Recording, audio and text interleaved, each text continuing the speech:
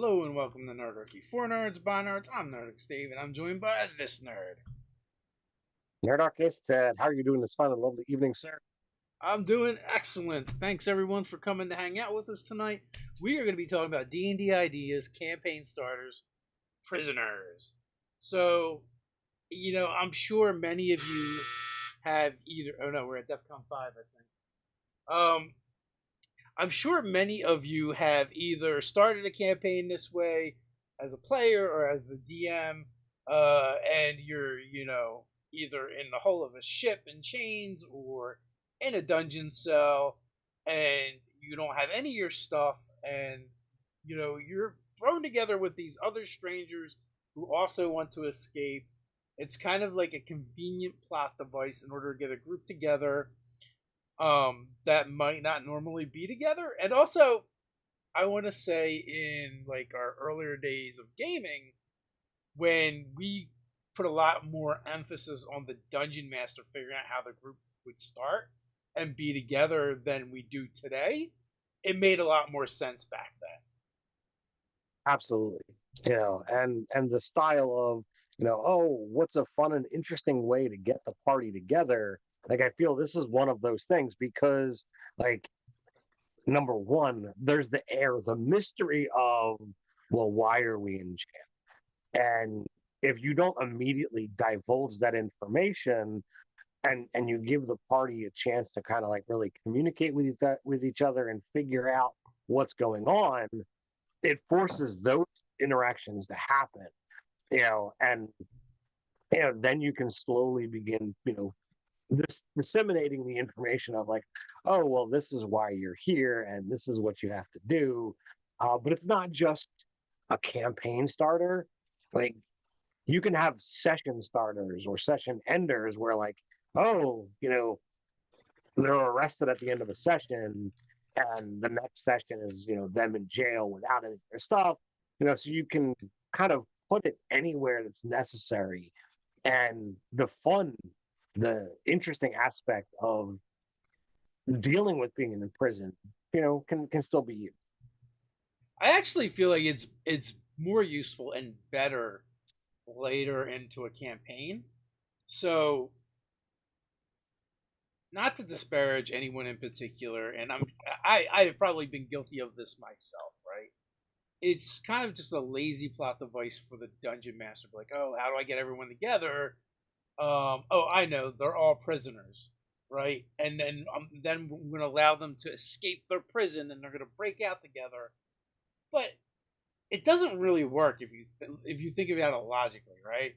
They have no reason to stay together once the objective of getting free is achieved.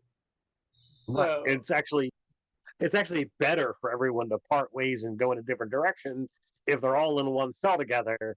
Then it's like, okay, well, I recognize one of them, you know, all of them are together, so it's easier to yeah, kind of pin them down. So from that perspective, sure, but the camaraderie of, well, hey, we've already worked together so far, and if the reason why they're in jail, if they're looking to prove their innocence or they're looking to do some other things, the concept of, we managed to do this together, so why don't we do something else together? It works from that perspective, but it does fight that narrative of, yeah, we need to all go our own ways. well, and also if you're not connected to any of these people, why would you stay with them? After all, they are criminals. Probably they were in prison, even though maybe you aren't, right? Like, but let's like we can like digress back a little bit further and like examine a little bit like why this prisoner trope was used. What's better than the prisoner trope, and then talk about like ways to actually implement it that makes sense, and works for the campaign better, right?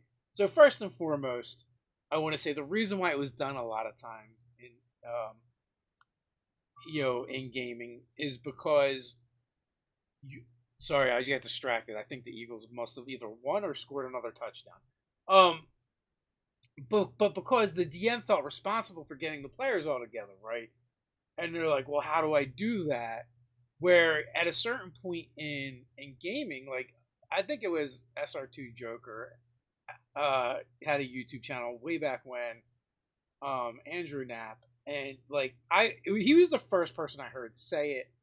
He's probably not the originator, but you know, it was such a weight off my shoulders when I heard him go. As the dungeon master, you don't have to worry about how your players get together and why they're adventuring together. Let them tell you why they're together and why they're like, oh my god, do you understand the suffering I've gone through the past 15, 20 years as a GM, always agonizing over the perfect way to get the party together that's unique and interesting, and all I had to do was Well, say, absolutely. and all I had to do was say, you guys tell me why you're together and why you want to adventure together.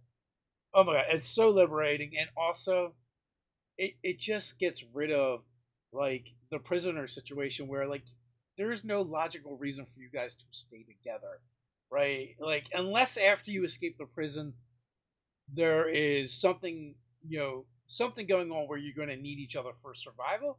But even after you get through that, at some point you're probably going to want to go back to your lives that you had before. So the likelihood of everyone just staying together is still very slim. And I feel like that is like how it was used in the past oftentimes, and why it wasn't really that great. But taking Well, prisoners in a game is a great idea.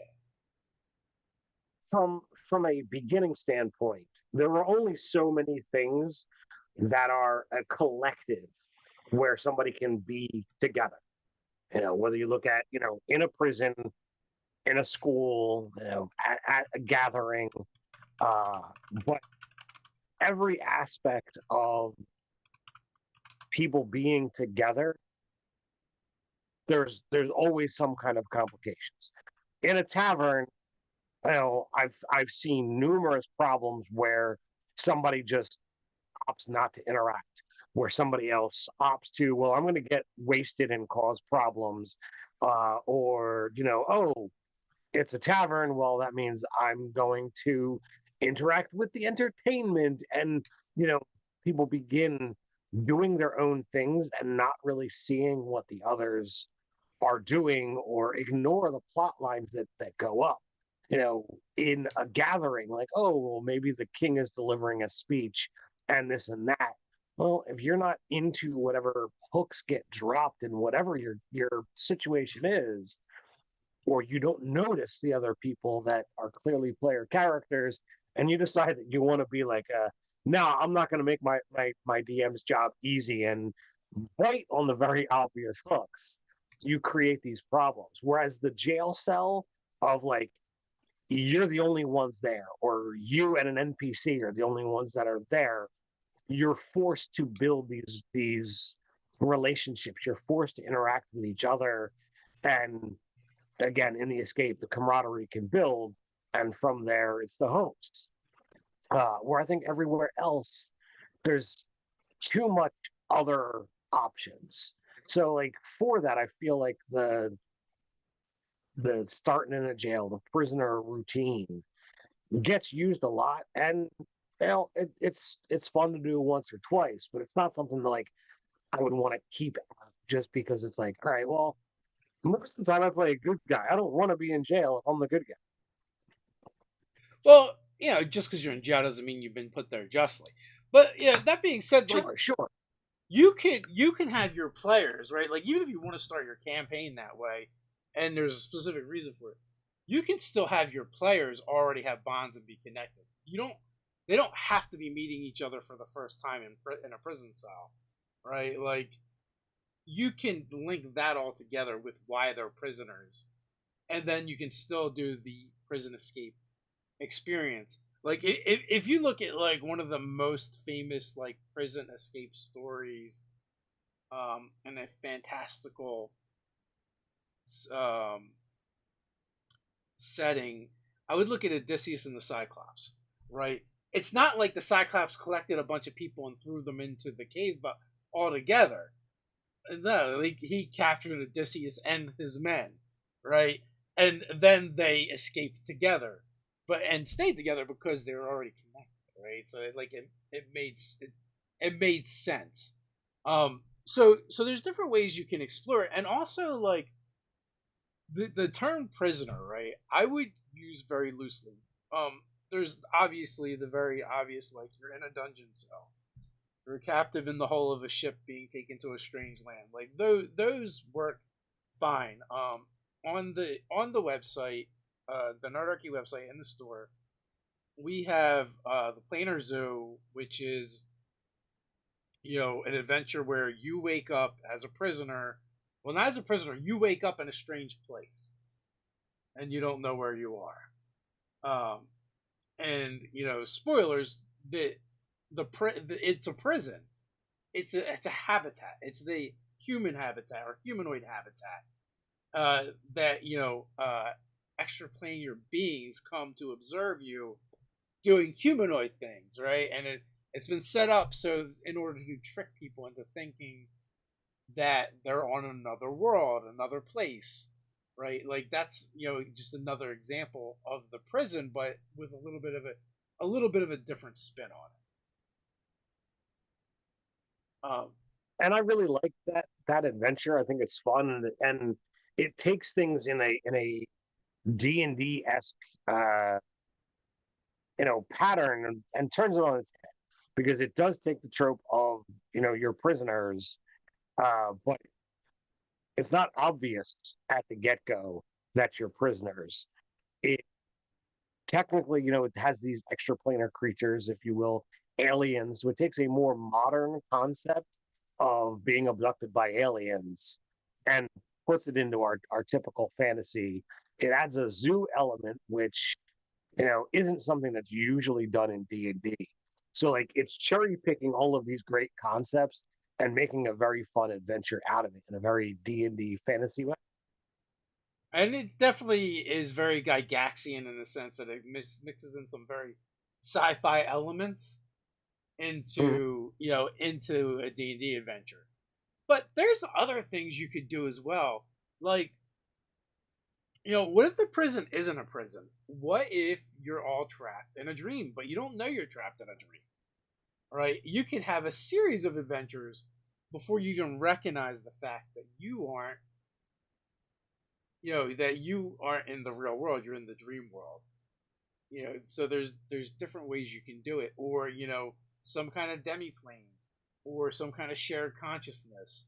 Um, Imagine finally escaping this this scenario to only to wake up with the rest of your adventuring party. You're all laid out on stone slabs, connected to some strange alchemical device, some kind of like cap.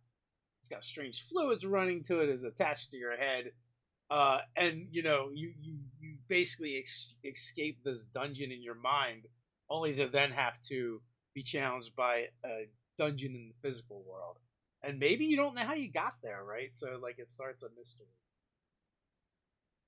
Yeah, I'm a huge fan of all of that. Playing around with dreams, using demi planes or new planes of existence that hadn't really been dealt with before. Our campaign world is actually kind of loosely built on that, because anytime the gods don't like what's going on, the perpetrator's like, all right, I'm gonna lock you in your own demi plane. Get out of here. Yeah, they just sweep everything under the rug. That's their solution. So, It's like, I don't know. I'll deal with you later. but also like the prisoner trope is awesome for when the players get in over their head, whether it's due to bad rolls, bad planning, or the dice were just hot, or whatever. The GM can choose not to just kill the players' characters. They can take them as prisoners instead. Everyone can get knocked out. They can have their stuff taken from them, and then they have to figure out how to escape without their stuff. And then also they're going to want their stuff back. Maybe they're going to want payback or retribution. So it can lead down more avenues of adventure by not killing the players just because of the night went poorly or badly or whatever, but instead let let all that tell a different story in another direction. And I've been parts of those kind of games, both as a DM and as a player, where I've seen both sides. Where it's like, right, we did poorly, made some bad decisions, bad dice rolls, did something, didn't listen to the DM, and now the entire campaign is dead. I can recall the time many years ago at your old house, and it's like, well, that campaign's dust. But other times where it's like, all right, people have made a mistake and we fought something that we shouldn't have. And it's like, all right, well, we're gonna wrap it up here, and we figure it out. Oh, next time, you realize that you're all prisoners, and your stuff's missing. What do you guys do? How do you handle the situation? Do you attempt to join forces with your captors and try and convince them that oh, let us out, we'll work for you, this, that, and the other thing? Or do you try to find a way out and find out who's got your stuff and take it all back? All of that is fun. I mean, if you look at heck, even the D&D movie brings in the prison escape, with the two essentially lead characters breaking out of prison, and they didn't really need to, but they did anyway, because it's got to be an hour. It's very, very important. Yeah, and also like there are other things too in the game. We've seen it and actually seen it in our own games. Where we've had players geese, which kind of like imprisoned the party into doing things that they weren't necessarily interested in doing. Yeah, that is that can be entirely true. that can be a bit heavy-handed. But there are ways to do it that are less heavy-handed. Like, for instance, if the consequence is the party accepting a geese spell or gayaz, I'm not sure how you say it. I'm pretty sure I'm mispronouncing it, but if the players fail at a task or they're defeated, offering them the opportunity to accept the gayaz spell and have to serve whoever defeated them for a short period of time and win back their freedom, I think that is perfectly acceptable. It's giving them an alternative to ending the campaign there. Yeah. So, have you ever played the prisoner game? I think Out of the Abyss starts that way. I don't think I've played it as like a campaign starter, but I mean, we've definitely had times where like, I've done it mid campaign. I've had times where like we start off a session with having to deal with breaking out of prison. I've been gaming a very long time. I want to say like what, 32, 33 years at this point.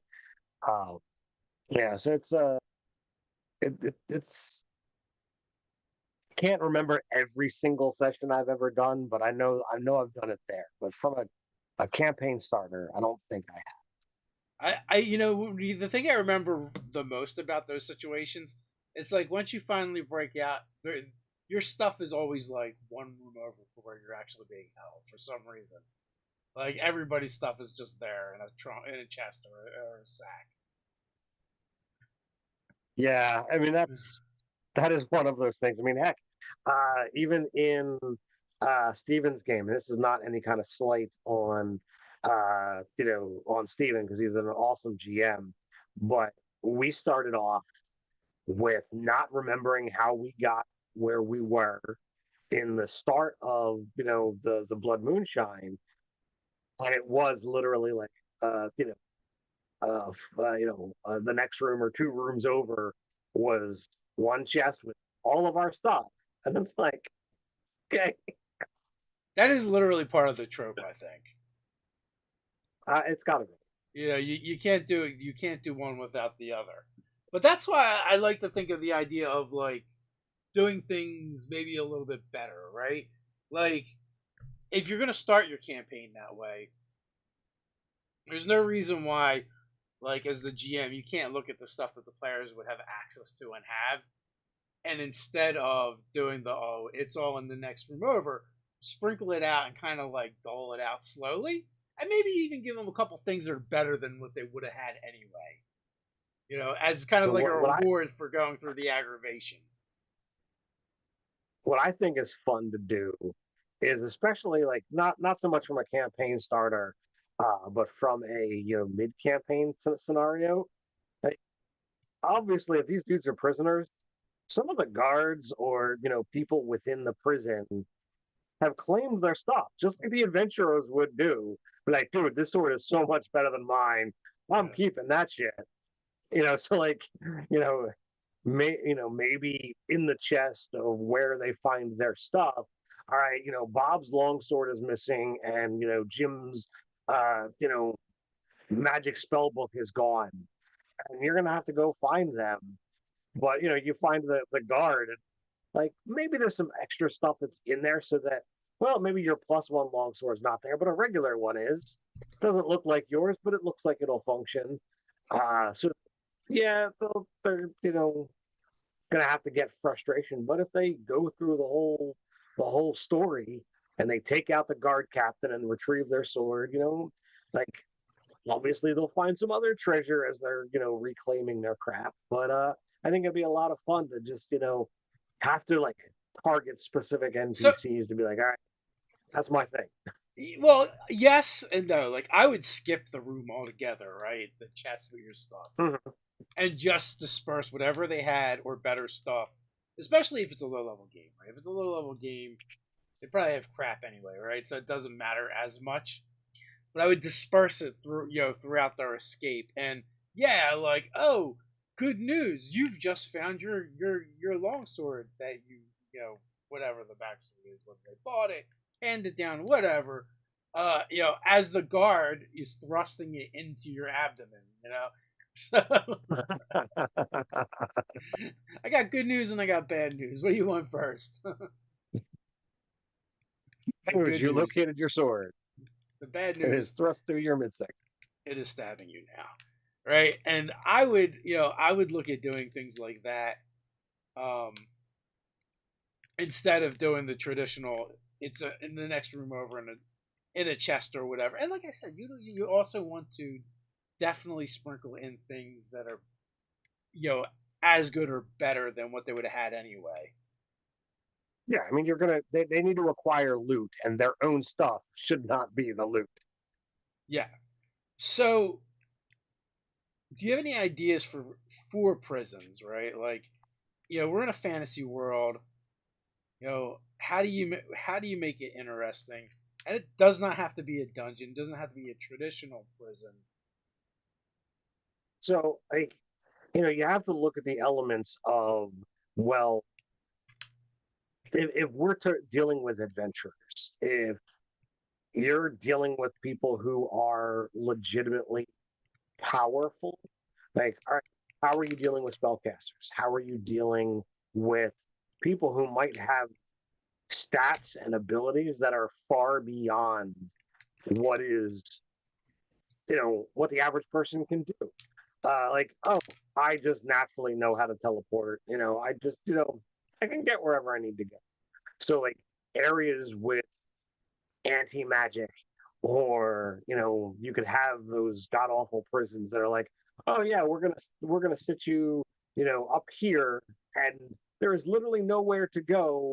There are no walls. There is no ceiling. You are exposed to the elements, and you know you'd make the wrong step and you fall to your death. Like, no two ways about it. Like, it can be absolutely crazy and insane to do, stuff like that.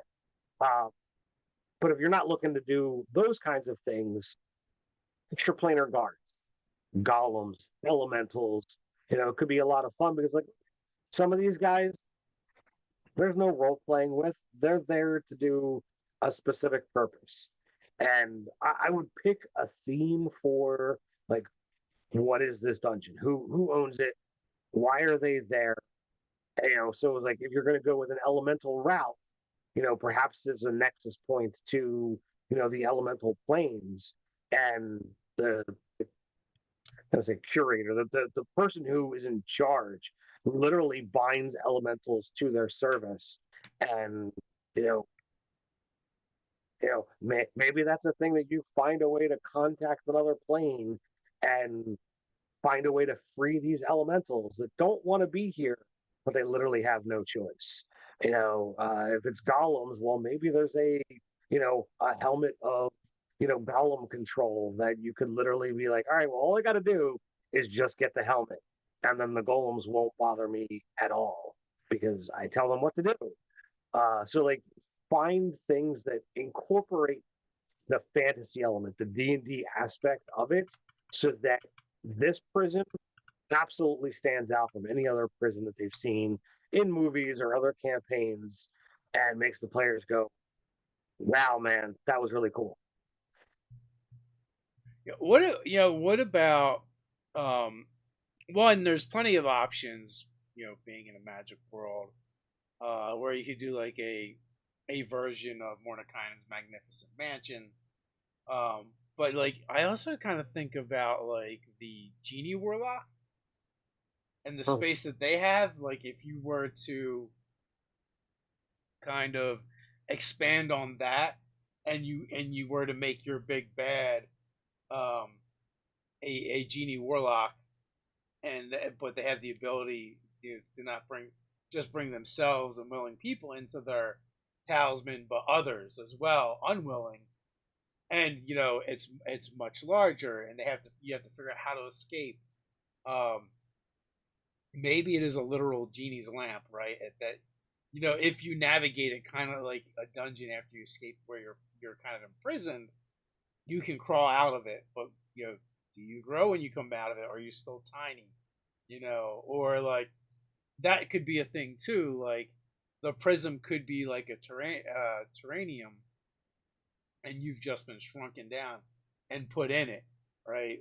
And you might deal with quote unquote monsters like giant ants, but they're really just regular ants. I like the idea of, the genie lamp, and like you could literally have the dungeon be, the layers of the lamp, and see if some smart person is able to, kind of put things together based off of, if somebody were to actually take the time to draw out the map. I think that could be kind of cool. Oh yeah, for sure. Like, and also it's kind of fun in the sense too that it incorporates an element of 5e D&D. Maybe at the end of that adventure, someone could be offered someone wants to multi-class into a warlock, and now they've kind of been exposed to the genie warlock element. So like that could be an avenue for them to go down, and it comes about through things that happen in the game. Matter of fact, like maybe that's how the party like gets out, is able to escape and free themselves is by someone taking a warlock pack to the same patron, and maybe that patron is kind of amused when his different warlocks or her different warlocks kind of battle it out for supremacy, because maybe they collect things, and those things are warlocks, and they only want the best. So every once in a while, they go through this whittling process where they weed out the ones that they don't think are quite powerful enough. That's it's a great way to get, new people that are powerful and are able to think on their feet. And it's a good thing to do if somebody in the party is already considering it.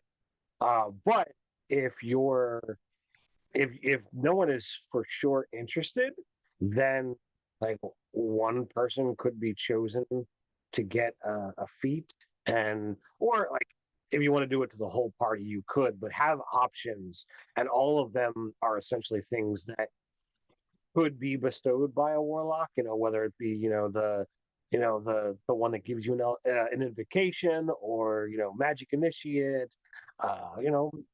Some of the other ones that are not very obviously magical could be considered coming from a genie. But if you flavor it of like, well, that's where it came from. It wasn't you being trained. It was just somebody snapped the finger, and now you can do Now you have skilled, and you just gain 3 proficiencies. it. I love that stuff. I always enjoy giving out feats and things that are close to. Also, like, But we've actually go ahead. we're at the halfway point. So admin time.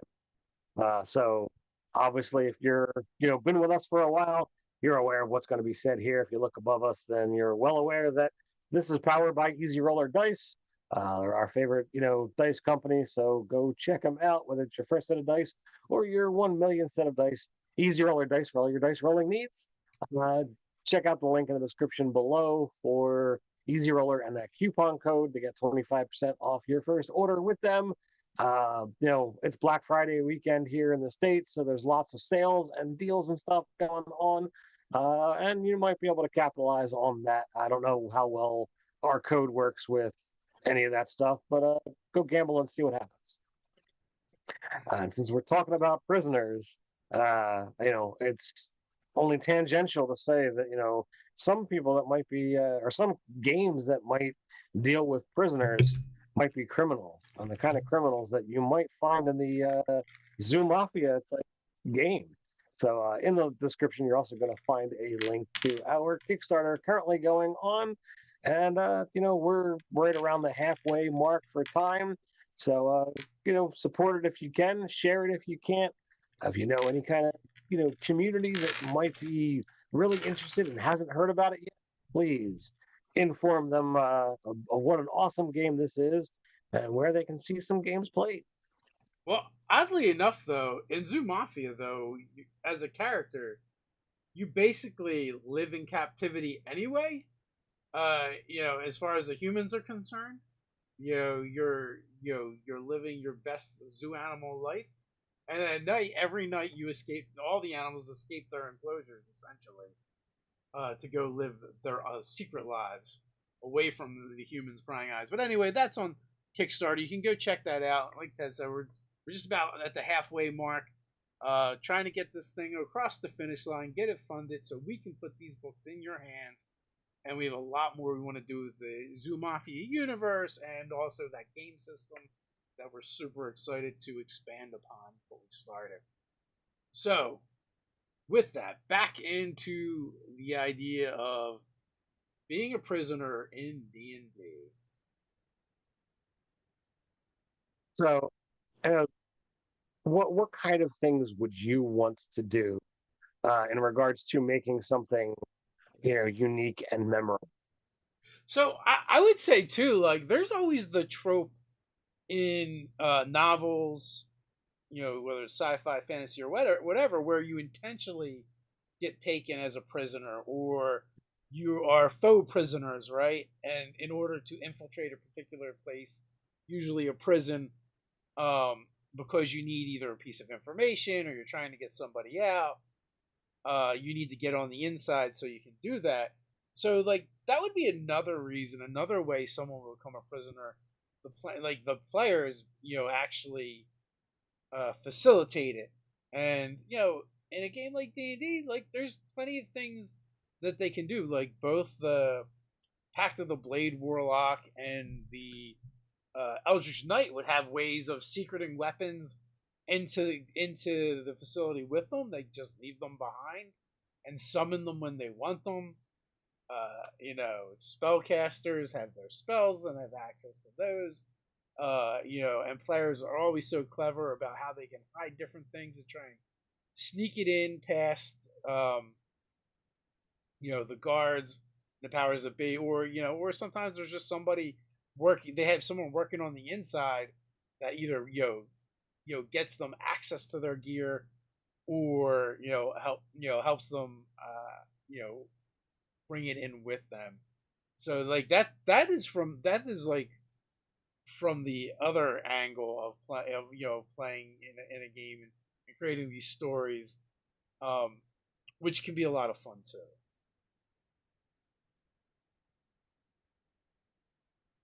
So what is something uh, that you haven't seen done? What is something unique that would be really cool to kind of throw out?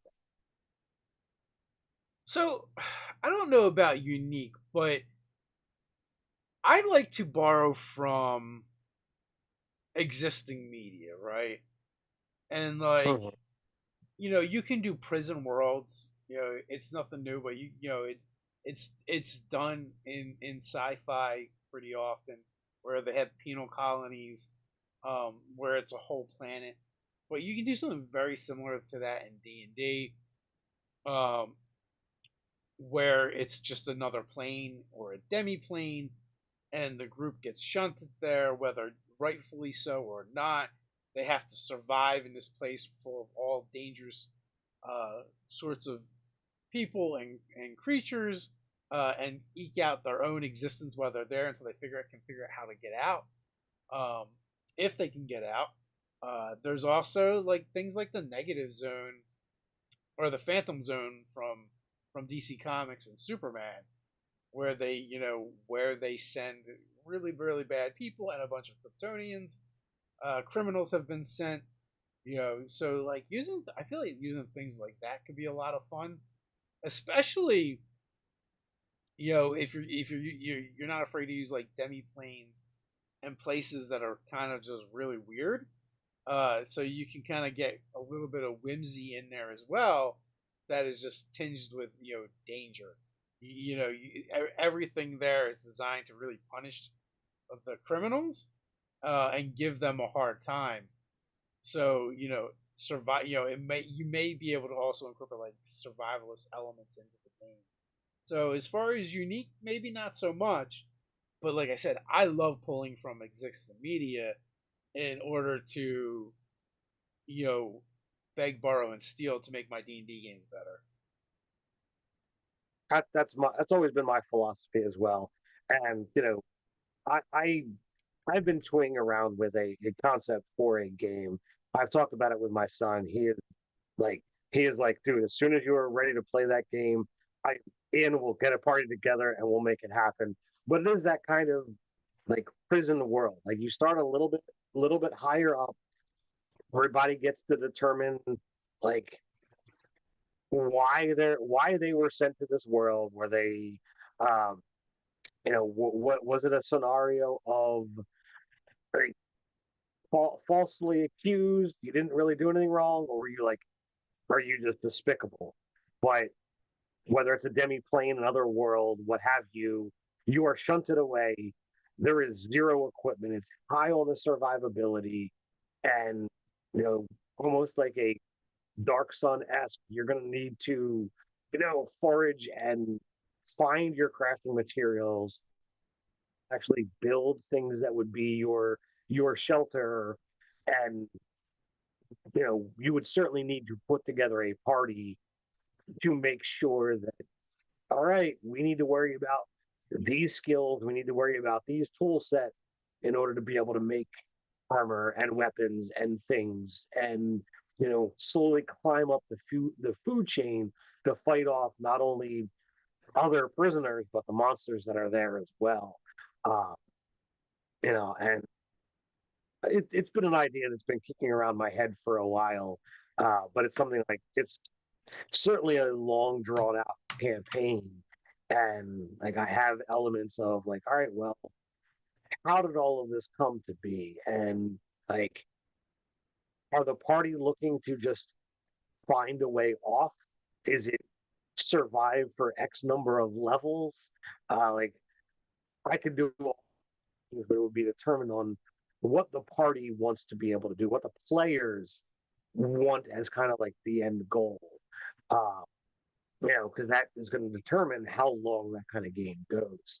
Then the other aspect is I love a concept of, if you're looking for a like a one-off kind of situation, where as opposed to like the more standard concept of like you could have, to use the term loosely, alien tech.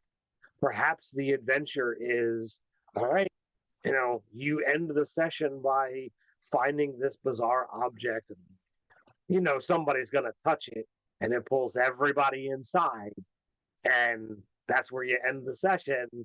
And next time you get to describe this really elaborate place, and it can be whatever you want, wherever you want, and the party has to then escape from stuff.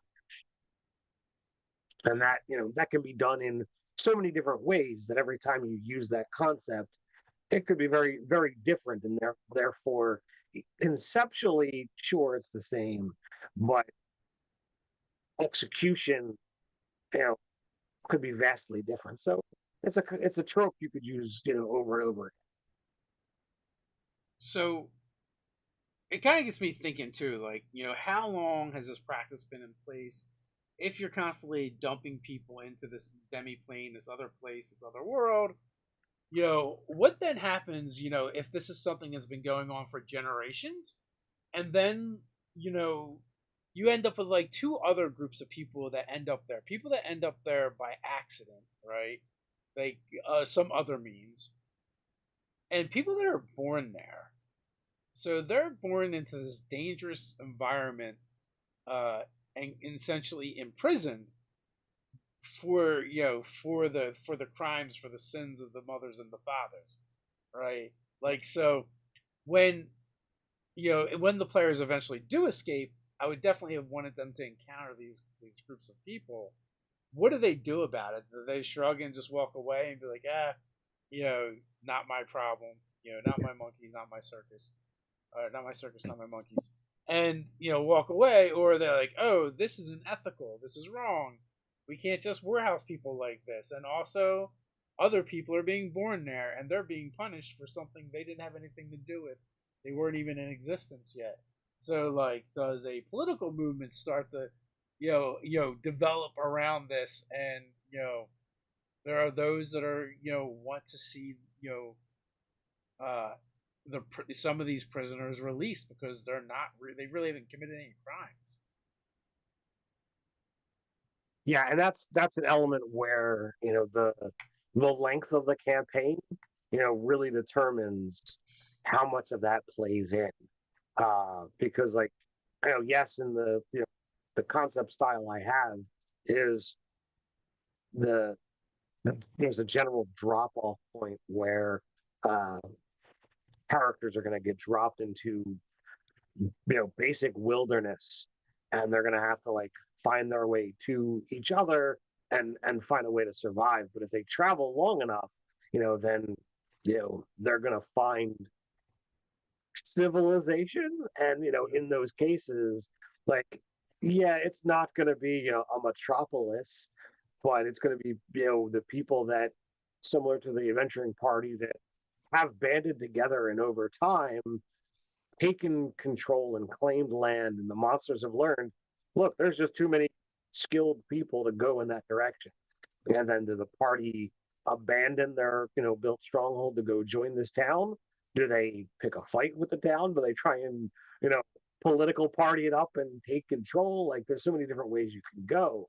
But as you said, bringing in an element of ongoing life and generations, that has the capacity to really change the mindset. And if it is about getting out and seeing what happens next, like, that could be, a really, like, a big shift, and change from a very survival combat heavy game to a very political heavy, very, debate, and, trying to get in front of the right people and changing minds to let these people out and do things differently, because there's no sense punishing generations of people for the crimes of the two that happen to be in there 30, 40, 50 years ago.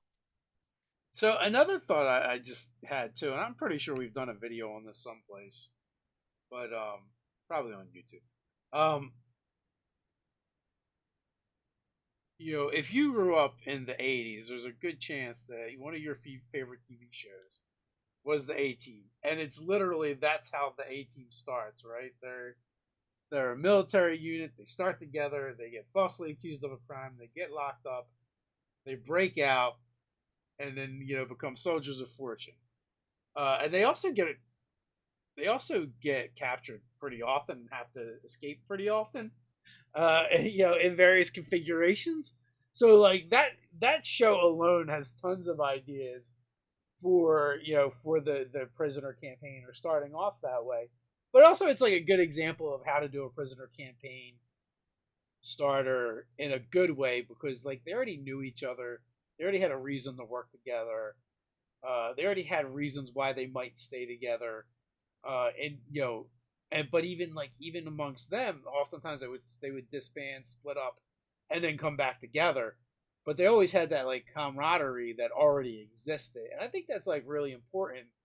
Even if you're doing a session 0, session 1, and you want to start from being prisoners, like letting the players kind of get involved on that, and like how they know each other and why they might have gotten arrested together or captured together, I think can really help build out that game and that campaign. And you might even be able to make it like several sessions to escape, right? Like maybe like there's interactions that are happening in the prison. Maybe they're forced to do labor, so they have to go out and do stuff, and they interact with the guards and the other prisoners, and like they're trying to steal and secret away tools in order to facilitate their escape.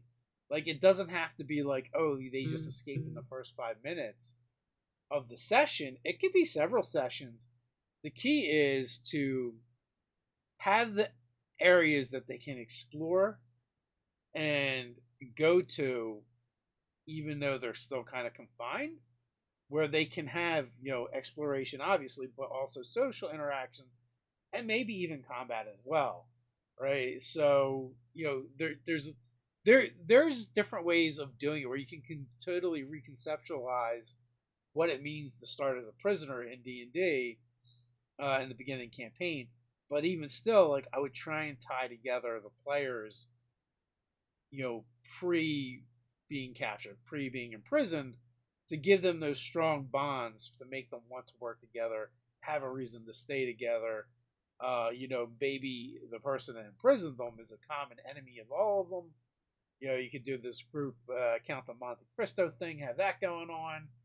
Uh, you know, or for whatever reason, the big bad, who's the one that runs the prison, is out to get them all. So they have to crew up in order to be able to stand up against the BBEG, who is the prison warden, or the despot, or whoever it may be. Yeah, and that could be like not only the start, but that could be the end. Like, all right, you do a handful of sessions trying to get out of the prison.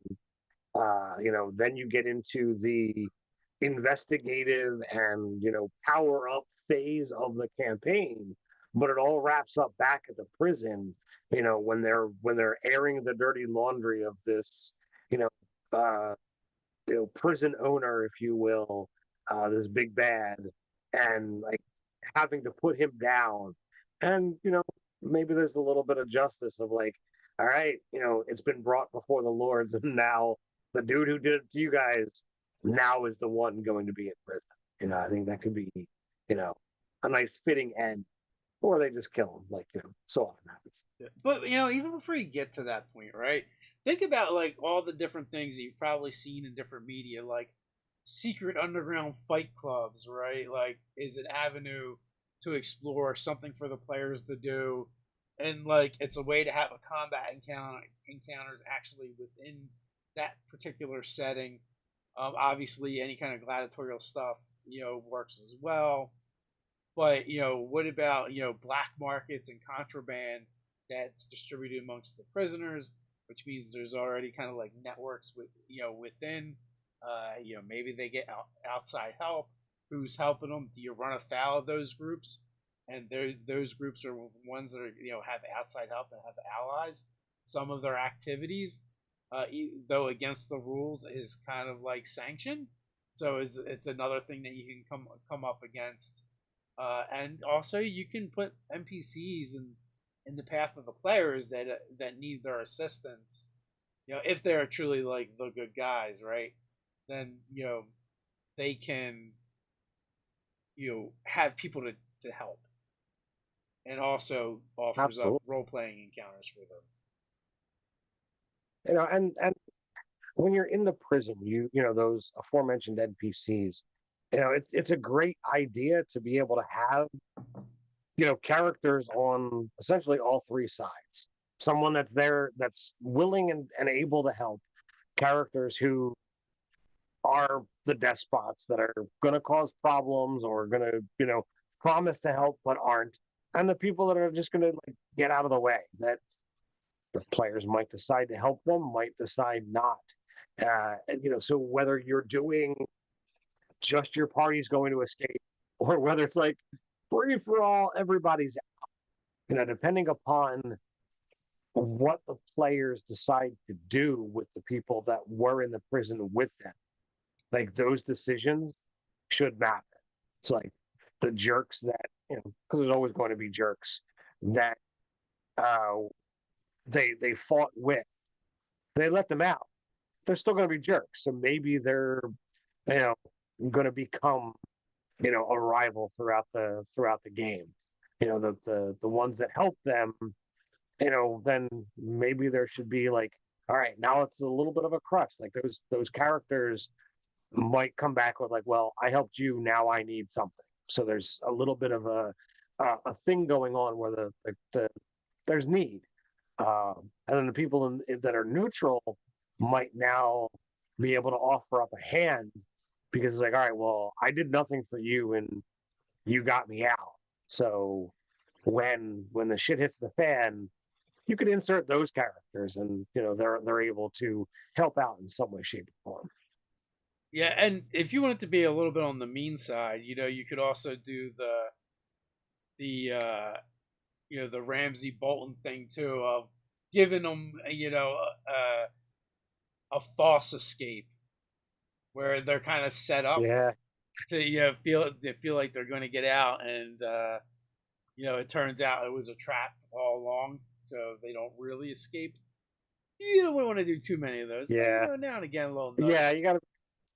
You gotta be careful with those. But man, if you're generally like the nice DM and you wanna, just every so often turn the screws a little bit, that's certainly a good one to like, they think they got it, and it's like, and you step into the next room and 20 crossbow bolts are lined in each of you. You can see all of the guards sitting there waiting for you. It's like, well, crap. So, and also like, it's not just to be you don't like, the idea is not to do that just to be a jerk, but to really kind of get them to hate the big bad, in this particular case, to make it even more personal. That they're lording their power over them. It's And designed to create tension, and it's designed, as you said, to really sell the sizzle about how much of a jerk that is. Because like, when I see, you know Ramsey doing his thing, that dude's a great actor, and it's like, yeah, I hate that character. I'm not, I'm not gonna hate the dude, but it's like, man, there's only a handful of characters that it's like, yeah, you need to get your comeuppance, and he's one of them. So, uh, anyway, so if you're looking to have that kind of style character to make your players really want to hate them, that's the kind of stuff you need to be able to do. little put the screws to them a little bit. Yep. So So we're winding down to our last, last 5-10 minutes. So if you've got any questions about, prisoners and whatnot, now's the time to throw them in the chat so that we can get to. well, it's not so much a question, but I did say, like, I see one thing, Parks. A first level druid hands down has the best chance of escape. To me, I guess that's referring to pass without trace. And I was thinking like first level druid's not going to have pass without a trace, but I oh, was is that a thinking, second level you know, spell? yeah, so that'd be third level. When do they get wild shape? Is that not till second level? Second, they start wild shaping. Yeah, so I think like wild shape turning into a mouse. That's where you need to go. Uh, But I guess, like, so what are the countermeasures for for a prison in D&D? to keep that stuff from happening. I mean, we see with the D&D movie that Sophia could detect the wild shape. She could, and Sophina, sorry. uh, I guess the other thing would be just you. I mean, you could do, and you've seen enough times collars, bracelets, all kinds of things that prevent magic. Because I Yep. mean, that's the biggest thing. Even at low level, magic can be clearly, is definitely going to be something to help someone get out of these situations. Um, you're not going to want your prisoners to just be able to charm the guard into letting them out. Or lighting everything on fire with a firebolt. It's like, I'm going to just sit here. Oh, look, that dude's in his cell. I'm just going to keep casting firebolt. He can't go anywhere. There's not enough space for him to hide. He's going to die, and I'm just going to move on to the next prisoner. Oh, the guards are out there too. I'll shoot them and keep Uh, at it and keep at it and keep at it because it's a freaking cantrip. I can do this all day.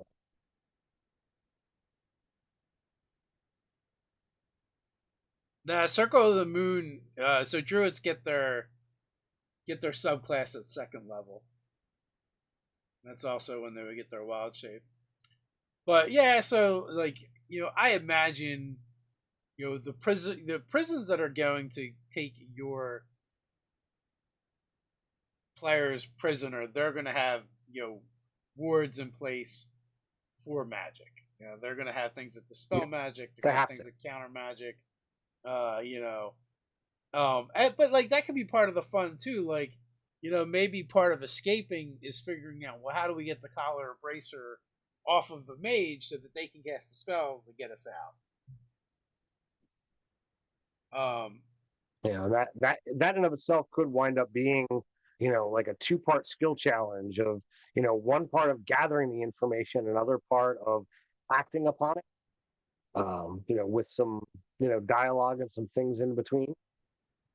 Yeah, so to me that might be interesting to start off with a prison campaign that actually lasts at least a few sessions, to explore and then to escape, and then like you said, spending time to kind of like grind and build up, so that you can then or maybe just getting evidence against whoever Yeah, is taking everyone prisoners.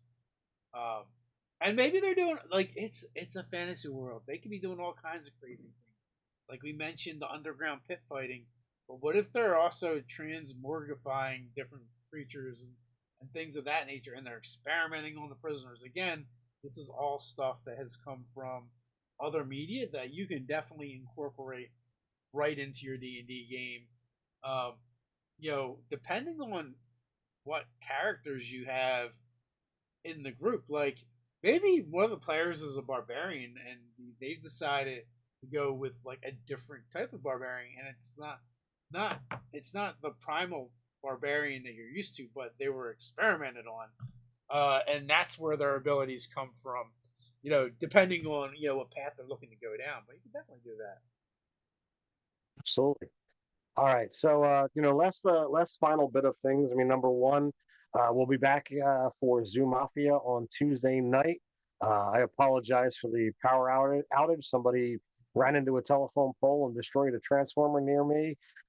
Which So like one? the power Optimus on my Prime, entire block was out. Megatron? Yeah, one of those things. So like really, I'm walking down the street and there's just darkness, and it's like holy crap. But like I'm running around trying to find break a did we trip a circuit breaker or what have you?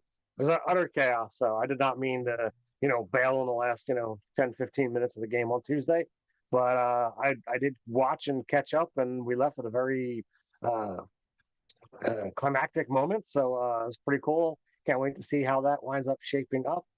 Uh, Next weekend is PAX Unplugged. So if you are traveling, Dave and I are going to be there. So be on the lookout for us. I make no promises. I might change up the wardrobe a little bit and wear something different. I may or may not have the Nerdarchy vest, but I'll be there wearing something cool. Um, so be on the lookout for us over there. And with that, that means we are not going to have a live chat next Sunday. So you'll have to, catch up on some cool Nerdarchy videos or Nerdarchy streams if you're used to doing this on Sunday nights. Yep. And of course, we'd be remiss if we didn't remind you at least one more time to go check out the Zoo Mafia Kickstarter, link in the description. And until next time, stay nerdy. Stay nerdy.